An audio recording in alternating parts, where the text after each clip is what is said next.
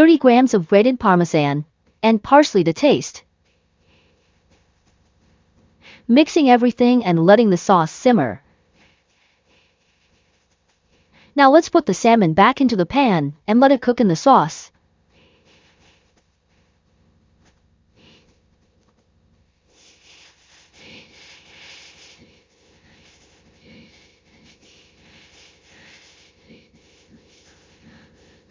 This recipe is divine. You'll want to make it all the time.